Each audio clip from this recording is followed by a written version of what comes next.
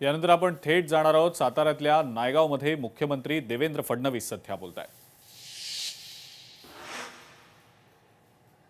सावित्रीबाई फुले यांच्या चरणी नतमस्तक होतो।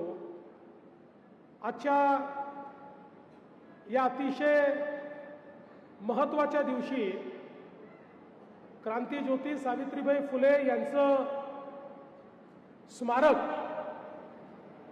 या स्मारकाच्या भूमिपूजन प्रसंगी मंचावर उपस्थित असलेले विधान परिषदेचे सभापती माननीय रामभाऊ शिंदेजी, आमचे ज्येष्ठ सहकारी, प्रकृती ठीक नसल्यामुळे आपल्यामधनं ते लवकर गेले, पण ज्यांनी महात्मा ज्योतिबा फुलेंच्या विचारांना नेहमीच आपल्या कृतीमध्ये उतरवण्याचं कार्य केलं, ते माननीय छगनरावजी भुजबळ, आपले पालकमंत्री सन्माननीय शंभूराजे देसाई, ज्यांनी आजचा कार्यक्रम खऱ्या अर्थानं घडवून आणला, असे राज्याचे ग्रामविकास मंत्री आणि सावित्री आईचे खरे सुपुत्र जयकुमार गोरेजी,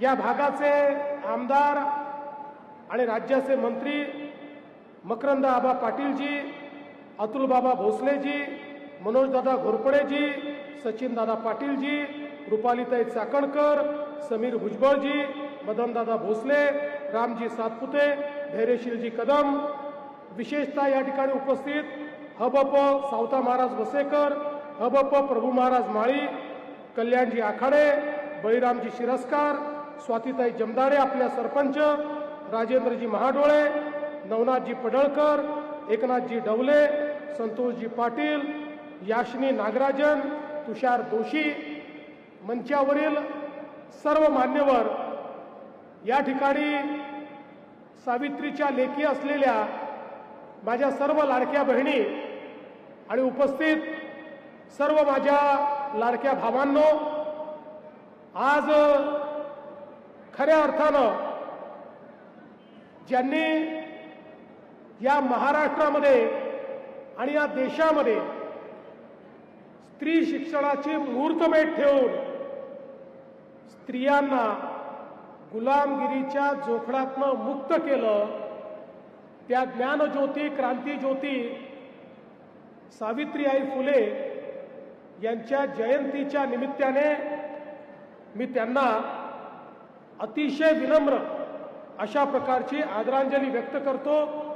आणि आज त्यांच्या जयंतीच्या निमित्ताने त्यांच्या जन्मगावी या स्मारकाचं भूमिपूजन करण्याची संधी मला मिळाली, हे खरोखर मी माझं अतिशय मोठं भाग्य समजतो।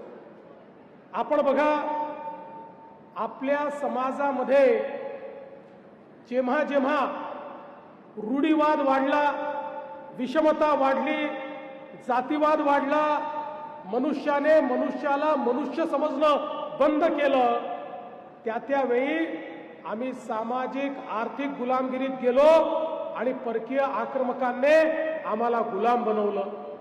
आणि असाच एक कालखंड जो या देशामध्ये खऱ्या अर्थानं जातीपातीनं विभागलेला समाज, एकीकडे कोणीतरी उंच आहे, कोणीतरी खाली आहे, अशा पद्धतीची भावना ही समाजामध्ये रुजवण्याचा प्रयत्न होता।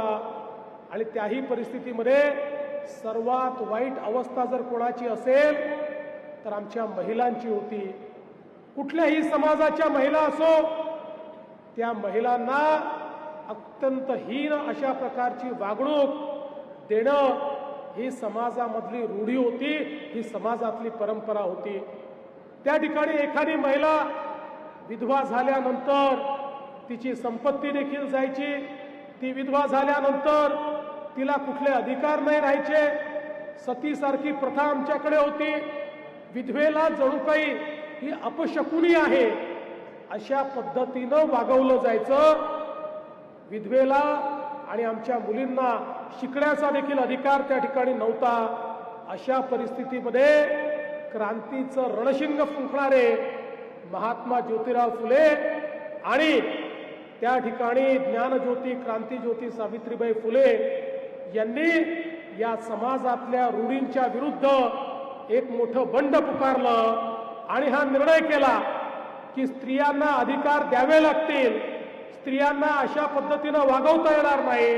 आणि म्हणून क्रांतीज्योती सावित्रीबाई फुले यांनी निर्णय केला की स्त्रियांना जर शिक्षण घेण्याचा अधिकार नसेल तर तो अधिकार मी देईन, मी स्त्रियांना शिकवीन। आणि त्यांनी पहिली शाळा त्या ठिकाणी सुरू केली आणि त्या शाळेच्या माध्यमातून आपल्याला कल्पना आहे की भिडेवाड्याची शाळा सुरू झाल्यानंतर ज्या प्रकारे रूढीवाद्यांच्या त्रासाचा सामना त्यांना करावा लागला, चिखल फेकलं, शेड फेकलं, विष्ठा फेकली, दगडं मारली, पण त्या इतक्याही ढळल्या नाहीत। एक प्रसंग आहे की क्रांतीज्योती सावित्रीबाई फुले यांनी महात्मा ज्योतिबा फुलेंना सांगितलं मला अजून एक लुगडं हवं आहे।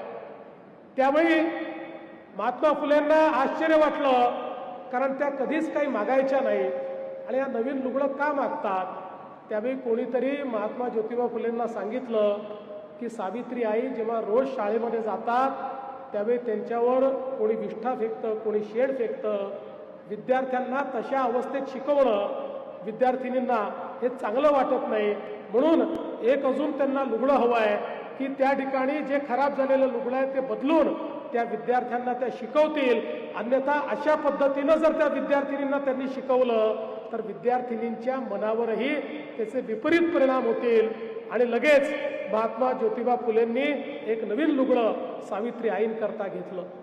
आपण बघा किती संघर्षातून त्या ठिकाणी खऱ्या अर्थानं सावित्री आईंचं कार्य उभं राहिलं। सातत्याने वेगवेगळ्या पद्धतीनं जी मुलं आहेत त्या मुलांना शिकवण्याचं काम, मुलं दत्तक घेण्याचं काम, ज्यांचं कोणी नाही त्यांची आई ही सावित्री आई होती। ज्यांना समाजाने वाळीत टाकलं, ज्यांना समाजाने अस्पृश्य ठरवलं, त्यांना जवळ करणारी, त्यांना आपल्या पदरात घेणारी आमची सावित्री आई होती। आणि म्हणूनच खऱ्या अर्थानं या देशामध्ये ज्यांच्याकडे पाहून आपल्याला प्रेरणा मिळते अशी जी नावं आहेत त्यातलं एक प्रमुख नाव जर कुठलं असेल तर ते क्रांतीज्योती सावित्रीबाई फुले। नायगावमध्ये साताऱ्यातल्या मुख्यमंत्री देवेंद्र फडणवीस बोलत होते। लोकशाही मराठी ऐका, पहा, जागरूक रहा।